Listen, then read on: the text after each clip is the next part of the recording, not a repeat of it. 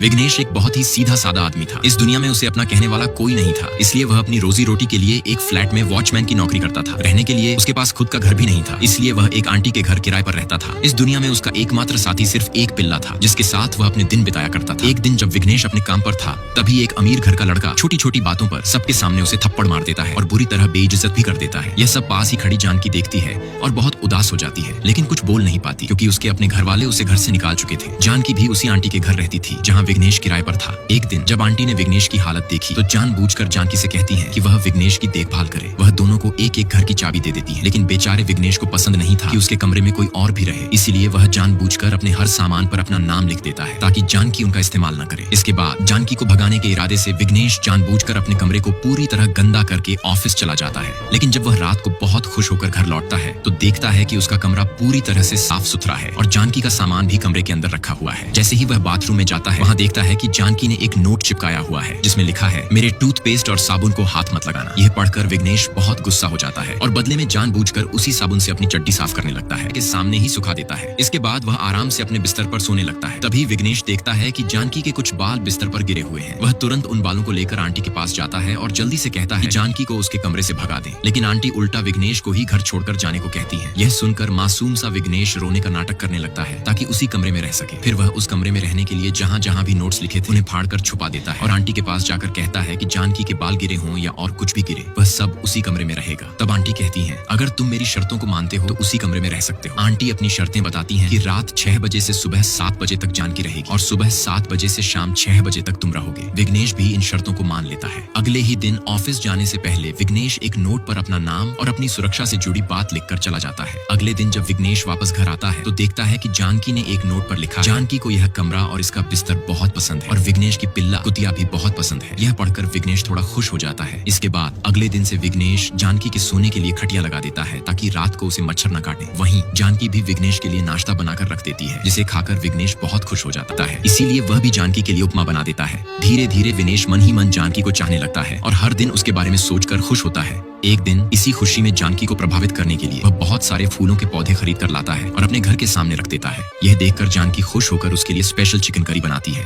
जैसे ही Vighnesh chicken curry खाता है, उसे जानकी के हाथ का बना चिकन बेहद टेस्टी लगता है। खुश होकर वह बाथरूम में नाचने लगता है और नहाने के बाद अपना साबुन जानकी के साबुन के पास रख देता है। जब वह नहाकर बाहर आता है तो देखता है कि जानकी की ड्रेस सूख गई है। यह देखकर वह तुरंत ड्रेस को छूने लगता है। तभी ड्रेस के नीचे से गोलगप्पे का कपड़ा नीचे गिर जाता है। वह कपड़ा उठाकर विघ्नेश मन ही मन कुछ सोचने लगता है। तभी नीचे से आंटी उसके हाथ में कपड़ा देख लेती है और पूछती है, तू इसे क्यों पकड़े हुए है? विघ्नेश कहता है, ये नीचे गिरा हुआ था इसीलिए उठा रहा हूँ। आंटी कहती है, मुझे लगता है तू एक थरकी है। बेचारा विघ्नेश हाथ जोड़कर कहता है, आंटी मुझसे गलती हो गई, मैं अच्छा आदमी हूँ। यह कहकर वह तुरंत गोलगप्पे का कपड़ा वहीं रख देता है। इसके बाद आंटी को मनाने के लिए वह उनकी गैस टंकी उठाकर मदद करने लगता है ताकि आंटी जानकी को इस गोलगप्पे के कपड़े वाली बात न बता दे। Next part. अब विघ्नेश बार बार जानकी के बारे में सोचते सोचते आखिरकार यह जानने की इच्छा करता है कि जानकी दिखने में कैसी होगी। यही सोचकर वह रात को धीरे धीरे चुपके से अपने घर से निकलकर जानकी के घर की ओर आता है, लेकिन तभी उसका पिल्ला उसे देखकर भौंकने लगता है, जिससे आंटी की नींद खुल जाती है और विघ्नेश तुरंत भागने लगता है। अगली रात वह फिर से जानकी को देखने आता है। इस बार वह गेट खोलने की कोशिश करता है, लेकिन उसे पता चलता है कि गेट पर ताला लगा हुआ है, इसलिए वह गेट पर चढ़ने की कोशिश करता है। तभी अचानक वहाँ पुलिस वाले आ जाते हैं और उससे पूछताछ करने लगते हैं। विघ्नेश नाटक करते हुए कहता है, मैं तो बाथरूम करने आया था, लेकिन पुलिस वालों को विश्वास नहीं होता, इसलिए वे तुरंत आंटी को बुला लेते हैं। आंटी के आते ही पुलिस वाले विघ्नेश को छोड़ देते हैं, लेकिन विघ्नेश हार नहीं मानता क्योंकि उसका मकसद सिर्फ एक बार जानकी को देखना था।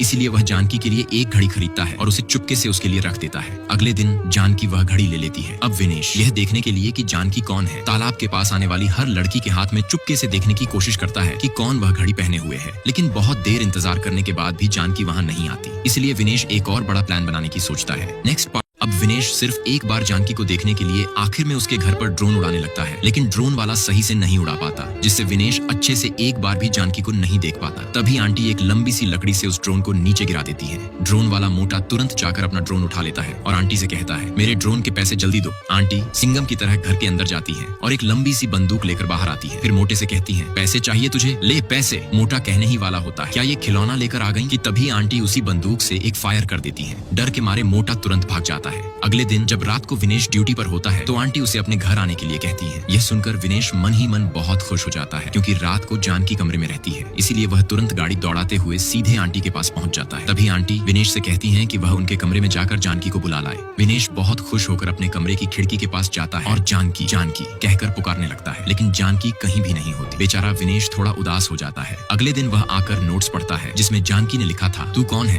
तुझे मैं क्यों सब कुछ बताऊं। यह पढ़कर विनेश बहुत गुस्सा हो जाता है और गुस्से में खुद को ही दोष देता है, फिर और भी उदास हो जाता है। जानकी विनेश की यह उदासी दूर करने के लिए उसके लिए नाश्ता बनाकर एक नोट में लिख देती है कि वह उससे मिलना चाहती है। यह पढ़कर विनेश बहुत खुश हो जाता है और उसी खुशी में रात को ही नाचने लगता है। नेक्स्ट अब सुबह होते ही विनेश जानकी से मिलने के लिए उतावला होकर घर आता है और दरवाजा खोलकर घर के चारों ओर देखने लगता है, लेकिन जानकी कहीं भी नहीं होती। तभी विनेश देखता है कि टेबल पर जानकी ने एक नोट पर कुछ लिखा है। वह नोट पढ़ता है जिसमें लिखा है कि जानकी और विनेश एक दूसरे को पहले से ही जानते हैं और यह बात उनके बीच का एक राज थी। अब विनेश यह पढ़कर सोचने लगता है कि आखिर वह कौन सा राज है और जानकी वास्तव में कौन है। तभी उसकी नजर जानकी के रखे हुए मणि पर्स पर पड़ती है। वह पर्स हाथ में लेकर सोचने लगता है कि यही पर्स तो उसने अपनी फ्लैट में जानकी के हाथ में देखा था। तभी उसे याद आता है कि सच में उसने कई बार जानकी के साथ समय बिताया था। यह सोचकर विनेश बहुत खुश हो जाता है और ढेर सारी प्यार भरी बातें नोट्स पर लिखकर ड्यूटी पर चला जाता है। अगले दिन सुबह होते ही विनेश जानकी के जवाब को देखने खुशी खुशी आता है और नोट पढ़ने लगता है। उसमें जानकी ने लिखा होता है, तुम्हें पता चल गया कि मैं ही जानकी हूँ, इसलिए आज से हमारे बीच कोई बातचीत नहीं होगी और आज से मैं इस कमरे से भी जा रही हूँ। यह पढ़ते ही विनेश तुरंत जानकी के सामान की ओर देखता है और पाता है कि सच में उसका सामान अब वहाँ नहीं है। फिर वह तुरंत आंटी के पति से पूछता है, जो लड़की मेरे कमरे में रहती थी वह चली गई क्या? तब अंकल कहते हैं, वह तो कल रात को ही चली गई थी। ये सुनकर विनेश का दिल चूर चूर होकर टूट जाता है। जैसे ही विनेश को पता चलता है कि जानकी सच में उसे छोड़कर चली गई है, यह सोचकर वह अपनी सिक्योरिटी की ड्यूटी ठीक से नहीं कर पाता और शांति से रहने के लिए अपने कमरे में आ जाता है। कमरे में आकर वह बार बार जानकी की याद में डूबा रहता है। कुछ देर बाद विनेश वापस अपनी सिक्योरिटी की ड्यूटी पर चला जाता है। फ्लैट पर पहुंचते ही वह देखता है कि वहाँ एक एम्बुलेंस खड़ी है और बहुत से लोग इकट्ठा हैं। तभी कुछ लोग उसे गालियां देने लगते हैं। एक आदमी विनेश से कमरे के अंदर जाने को कहता है। तभी उसकी एक दोस्त विनेश से कहती है, तुम कहाँ चले गए थे? करंट चला गया था जिसकी वजह से एक बूढ़ी औरत नीचे गिर गई है, इसलिए तुम जल्दी से गांव छोड़कर चले जाओ, वरना तुम्हें ही इसका जिम्मेदार ठहराएंगे। यह सुनकर विनेश पूरी तरह घबरा जाता है और रोने लगता है। तभी फ्लैट के अंकल आकर उसे समझाते हैं कि इसमें उसका कोई दोष नहीं है। विनेश उदास होकर अंकल से कहता है, जिससे मैं दिलोजान से प्यार करता था वह मुझे छोड़कर चला गया है, इसलिए मैं अब यहाँ का काम छोड़कर कहीं दूर चला जाऊंगा जहाँ थोड़ी शांति मिले। यह कहकर वह अंकल को चाबियां देता है और वहाँ से चला जाता है। रास्ते भर वह उदास होकर बस स्टॉप पर बैठा रहता है और बार बार जानकी को ही याद करता है। सुबह होते ही वह घर लौटता है और अपने पिल्ले को अपने पास बुलाता है। जैसे ही पिल्ला आता है वह उसे पकड़कर बहुत उदास हो जाता है और फिर उसे पड़ोसी चिंटू को दे देता है। Next part. आखिर में विनेश जानकी के लिए अपना पिल्ला पिंटू को दे देता है और बहुत उदास होकर रोते हुए घर लौट आता है। वह अपना सारा सामान पैक करने लगता है। तभी अंकल आकर उसे एक शादी का कार्ड देते हैं। कार्ड खोलकर वह देखता है कि उसमें जानकी की शादी किसी और से होने की बात लिखी है। यह देखकर वह पूरी तरह टूट जाता है और ध्यान देता है कि शादी का समय आज सुबह 10:30 है। यह देखते ही वह तुरंत जानकी की शादी रोकने के लिए निकल पड़ता है। उसी समय उसका पिल्ला भी उसके पीछे पीछे दौड़ने लगता है। रास्ते भर पिल्ला उसका पीछा करता है, लेकिन पुल के पास कहीं फंस जाता है। विनेश उसकी ओर बिना देखे सीधा शादी के मंडप तक पहुंच जाता है। वहां पहुंचते ही वह देखता है कि सचमुच जानकी बहुत अच्छे से सज धज कर शादी के लिए तैयार है। यह देखकर विनेश कहता है, मुझे नहीं पता था कि तुम इतनी बड़ी धोखेबाज निकलोगी। जानकी जवाब देती है, मैंने क्या धोखा दिया? तुम मेरे ही कमरे में रहे, रोज मुझसे नोट्स में बातें की और अब कह रहे हो कि मुझे नहीं जानते। विनेश कहता है, मैंने तुम्हें दिल से प्यार किया था, लेकिन तुमने मेरे प्यार को ठुकरा दिया। तभी जानकी का होने वाला पति सुमन आता है और पूछता है, क्या हुआ? विनेश उसे देखकर कहता है, तू कौन है बे? कहाँ से आया? ये मेरी चिड़िया है, मैं अपनी चिड़िया को लेने आया हूँ। जानकी कहती है, मैं इसे जानती तक नहीं हूँ और ये कह रहा है कि मैं इसकी चिड़िया हूँ। इस बात पर विनेश और सुमन के बीच बहस शुरू हो जाती है। वहाँ मौजूद लोग भी जानकी पर शक करने लगते हैं। तभी विनेश का पिल्ला भी वहाँ पहुँच जाता है। विनेश उसे गले लगाकर कहता है, रोज जानकी मेरे पिल्ले के साथ खेलती थी, आज यही पिल्ला मेरा सबूत देगा। जानकी कहती है, ये किसका कुत्ता है? मैं तो पहली बार देख रही हूँ। तभी पिल्ला सच में भौंकने लगता है और बहस झगड़े में बदल जाती है। सभी लोग मिलकर विनेश को पीटने लगते हैं। जानकी हाथ जोड़कर सब कुछ झगड़ा रोकने के लिए कहती है और खुद बैठकर रोने लगती है। इसी बीच एक ओएंटो वाला आता है और पिल्ला फिर से भौंकने लगता है। विनेश देखता है कि उसके सामने 3 नई चिड़िया लड़कियां खड़ी हैं। पिल्ला आखिरी वाली पर कूद पड़ता है और तभी विनेश को पता चलता है कि असली जानकी तो यही है और पहले वाली तो सिर्फ नाम की जानकी थी। विनेश कहता है, तो तुम हो मेरे दिल की रानी जानकी? जानकी कहती है, हाँ मैं ही हूँ, क्योंकि उस समय मेरी हालत बहुत खराब थी। मेरे घर वालों ने मुझे बाहर निकाल दिया था। रहने के लिए तुम्हारी आंटी ने तुम्हारा कमरा दिया ताकि मैं सुरक्षित रह सकूं। फिर मुझे पता चला कि तुम बहुत अच्छे इंसान हो। एक दिन मैंने देखा कि फ्लैट में तुम छाता खाकर भी चुपचाप खड़े रहे। तुम्हारा पिल्ला भी मुझसे बहुत प्यार करता था, इसलिए मैं तुमसे छुपती रही। एक दिन तुम मुझे देखने के लिए नदी के पास आए और ड्रोन भी उड़ाया, लेकिन गलती से मैं जानकी का पर्स अपने कमरे में ले आई। तुम्हें तुम्हें लगा कि मैं ही जानकी हूँ और तुम मुझसे प्यार करने लगे। इसी वजह से मैं उदास होकर तुम्हारे कमरे से सामान लेकर चली गई। विनेश कहता है, तुम एक बार मुझे बता तो सकती थी। जानकी कहती है, मैं एक गरीब घर की लड़की हूँ, पता नहीं तुम मुझे स्वीकार करते या नहीं, इसलिए नहीं कहा। विनेश रोते हुए कहता है, गरीब लड़की जिसने मुझे इतना प्यार दिया, मेरे लिए सब कुछ किया, वह गरीब नहीं, वह मेरी पत्नी बनने लायक है। जानकी रोते हुए उसे गले लगा लेती है और दोनों खुश हो जाते हैं। तभी असली वाली पहली जानकी आती है और कहती है, हेलो,